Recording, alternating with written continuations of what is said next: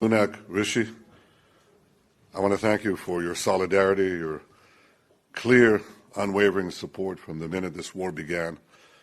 I think the fact that you came to Israel tells us a lot. I said to President Biden yesterday that there's one thing more heartwarming than standing with Israel, it's standing in Israel. And the fact that you came here to do that is a very strong statement of support, which we deeply appreciate. Chancellor Scholz, who also visited here, called Hamas the new Nazis. He was right.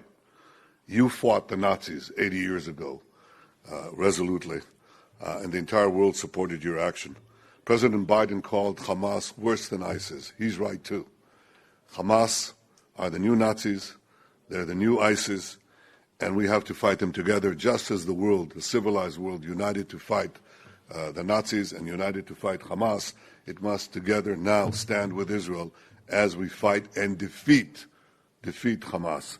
This is not merely our battle, it's the battle of the entire civilized world. It's the battle of Israel, it's the battle of the moderate Arab countries, it's the battle of Western civilization, the battle of the free world, the battle for the future. We have here two forces.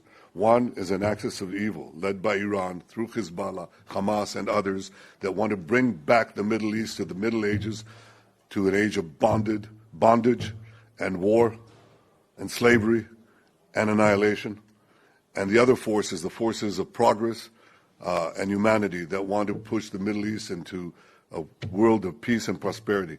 We were on the cusp of expanding that peace, and destroying that move was one of the reasons why this action was taken. We have to resist it, and we have to win. Above all, we have to win.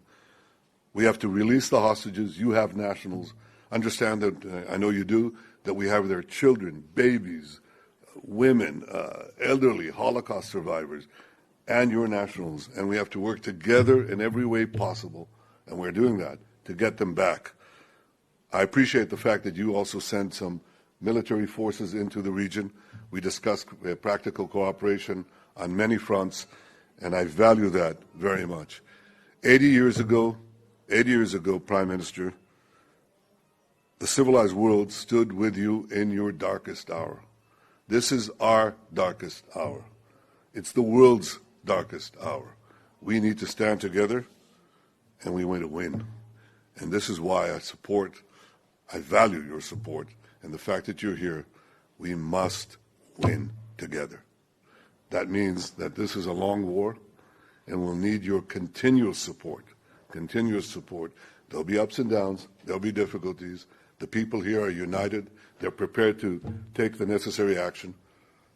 I've never seen the people of Israel as united, more united than they are now. But we need that unity across the board and continuous support as we prosecute and win this just war against the modern barbarians, the worst monsters on the planet. Thank you, Rishi, for coming here.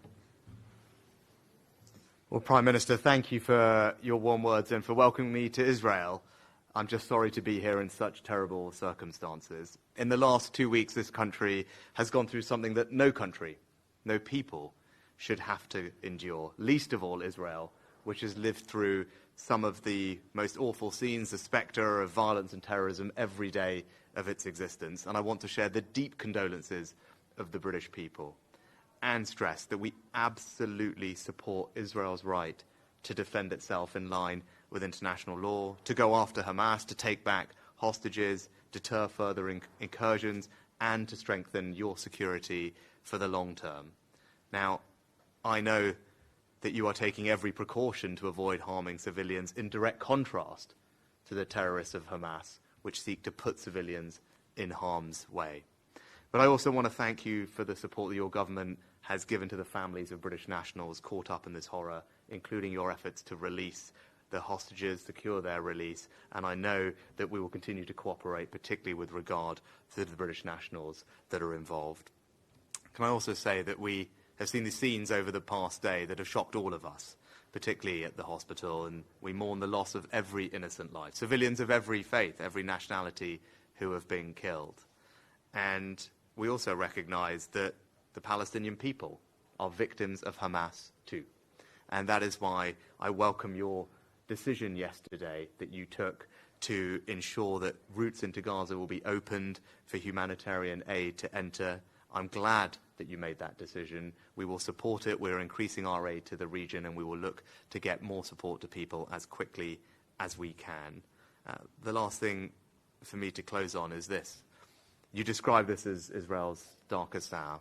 Well, then it's for me to say I'm proud to stand here with you in Israel's darkest hour. As your friend, we will stand with you in solidarity. We will stand with your people, and we also want you to win. Thank you. Thank you. Thank you very much.